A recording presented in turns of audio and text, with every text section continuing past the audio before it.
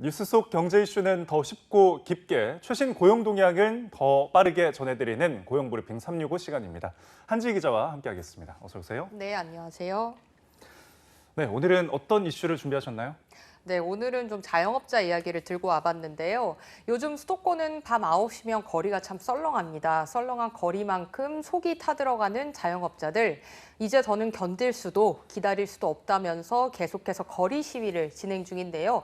변경된 거리두기 4단계 조치 이후 자영업자들의 애타는 외침, 그리고 폐업조차 힘든 현실에서 요구사항은 무엇인지 이슈 픽에서 짚어보겠습니다. 네, 기존의 거리두기 단계가 다시 2주 더 연장되고, 특히 수도권을 비롯해서 4단계 지역에서는 기존보다 영업시간이 짧아졌죠. 네, 이제 지난주부터 저녁 9시까지 영업이 가능했잖아요. 예. 그러다 보니까 참 거리가 많이 썰렁해졌습니다. 네. 근데 이번에 강화된 거리두기 조치는요, 편의점에도 똑같이 적용이 됐어요. 그래서 4단계 지역에서는 밤 9시부터 매장과 야외 테이블 모두 취식이 금지가 됐습니다. 업주들은 영업시간을 1시간 줄인다고 코로나 확산 차단의 실효성이 있겠냐, 이렇게 불만을 토로하고 있는데요. 정부는 2차 접종을 완료하고 2주가 지난 접종 완료자 2명을 포함하면 최대 4명까지 모이는 게 가능해졌다지만 사실 자영업자들과의 온도차는 참 큽니다. 이 접종 완료자는 국민의 20%를 조금 넘고 이 중 절반 이상이 60대 이상 고령층이기 때문인데요. 사실상 영업에 도움이 되지 않는다고 토로합니다. 네, 당초 정부는 거리두기 4단계를 짧고 굳게 한다고 했지만 지금 어쨌든 길고 굵은 거리두기가 된 상황이다 보니 자영업자들의 실망이 좀 더 클 것 같은데요. 그러니까 이제 사실 정부의 의도와 다르게 코로나 상황이 나아지지가 않고 있고 네. 확진자 수가 좀처럼 줄지가 않고 있잖아요. 그래서 2주씩 거듭 연장이 되니까 수도권은 사실상 거리두기가 벌써 8주 차입니다. 이렇다 보니 자영업자들은 코로나19 상황이 나빠질 때마다 자영업자한테 왜 이렇게 일방적인 희생을 강요하냐 이런 비판을 하고는 합니다. 네, 당장 뭐 그럴 수밖에 없는 게 거리두기 4단계 조치가 계속 길어지면서 자영업자들의 매출 타격이 좀 크기 때문 아닌가요? 예, 그렇습니다. 이제 한국 신용 데이터에 따르면요. 지난달 26일부터 8월 1일까지 한 주간 서울 자영업자 매출은 코로나19 발생 전인 2019년 같은 기간보다 20% 이상 줄었습니다. 서울 도심 지역과 상업 지역의 저녁 매출 감소폭은 더 컸는데요. 서울 25개 구 가운데 야간 매출이 40% 이상 감소한 곳도 11개구나 됐습니다. 네, 이러다 보니까 당장 생계를 위해 투잡을 선택하는 자영업자들이 늘고 있다는데 실제로는 어떻습니까? 실제로 투잡하시는 분들이 제가 인터뷰한 분들 중에서도 예. 꽤 많았어요. 그래서 이제 직원 없는 영세 자영업자 가운데 투잡에 나선 사람들이 7월 말 기준으로 15만 5천 명이나 됩니다. 예. 역대 최다 수준인데요. 거리두기 강화로 장사가 어렵게 되니까 아예 장사를 접고 낮에는 배달, 저녁에는 택시나 대리운전을 하는 경우도 있었고요. 택시 영업 등으로 임대료를 감당하면서 근근히 사실상 버텨가고 있는 현실입니다. 예. 사실 장사를 할수록 임대료 등 적자가 쌓여가는 이 악순환이 계속되고 있는 건데요. 또 그렇다고 해서 폐업조차 선택하기가 힘든 분들 많다고 들었습니다. 폐업도 사실 돈이 많이 들어가요. 그래서 예. 힘든 분들이 굉장히 많은데요. 첫 번째는 그 엄청난 돈을 투자했던 권리금이라는 게 있습니다. 예. 그러니까 폐업을 하려면 권리금을 회수해야 하는데 그 권리금들이 대부분 자기 돈으로 하는 게 아니죠. 대출도 받고 그러는데 그 돈을 하나도 못 받는 거고요. 두 번째는 이 대출금에 관련된 상환에 대한 부담도 큽니다. 막상 이런 어려움이 있더라도 폐업을 결정해도 비용이 만만치가 않은 거죠. 그래서 소상공인연합회가 조사해봤더니 폐업 비용으로 1,000만 원 이상 들었다고 응답한 자영업자가 44%에 달했습니다. 폐업을 하고 싶어도 철거 비용과 권리금 등의 손해가 커져서 폐업을 쉽사리 결정하지 못하고 사실상 울며 겨자 먹기식으로 버티는 경우가 참 많은 거죠. 네. 그래서 정부에서도 일부나마 폐업 점포 철거비 지원 사업 펼치고 있는 거 아닌가요? 예, 그렇습니다. 그래서 폐업 점포 철거비 지원 사업을 진행을 하고 있는데요. 폐업 예정이거나 아니면 폐업한 소상공인을 대상으로 최대 200만 원까지 철거비 일부를 지원해주는 제도입니다.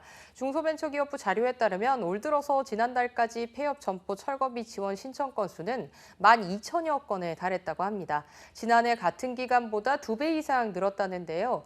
업종별로 보면 음식 숙박업이 전체 절반 이상을 차지해서 가장 많았고 도소매업과 기타 서비스업, 스포츠 및 오락 서비스업이 뒤를 이었습니다. 네, 이런 극한의 상황에 놓인 자영업자에게 언제까지 고통을 인내해달라고 할 수만은 없는데 자영업자들의 요구 사안도 있을 것 같은데요. 무엇이 있나요? 그러니까 자영업자들은 사실 손실 보상뿐만이 아니고 네. 지금의 어떤 방역 수칙을 재검토해달라 이런 요청을 좀 하고 있는 상황입니다.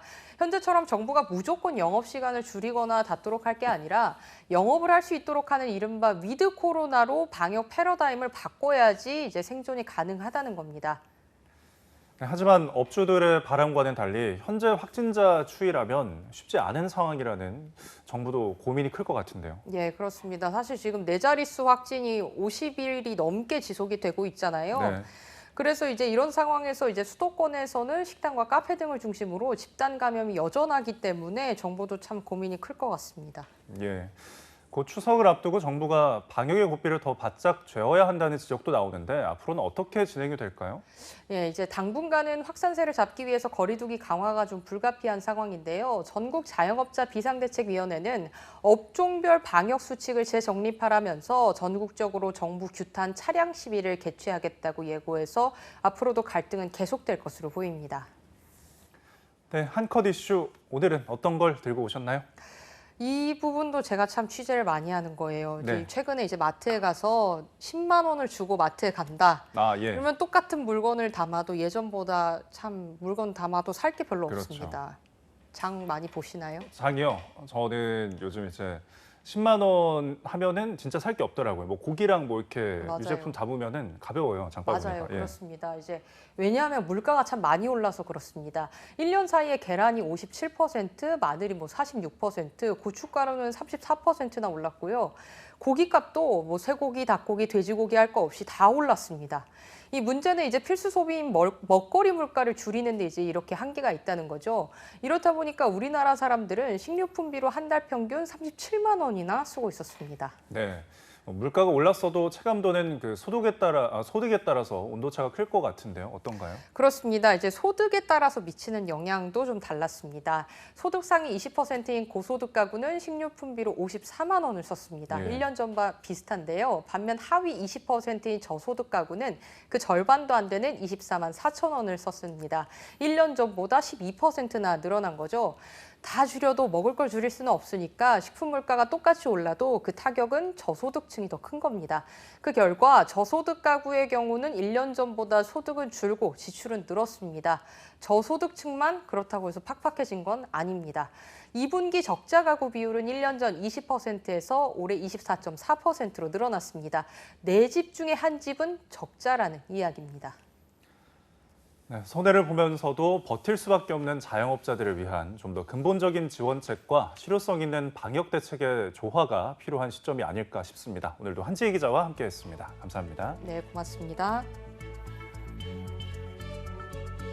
네, 지금까지 고용브리핑 365였습니다.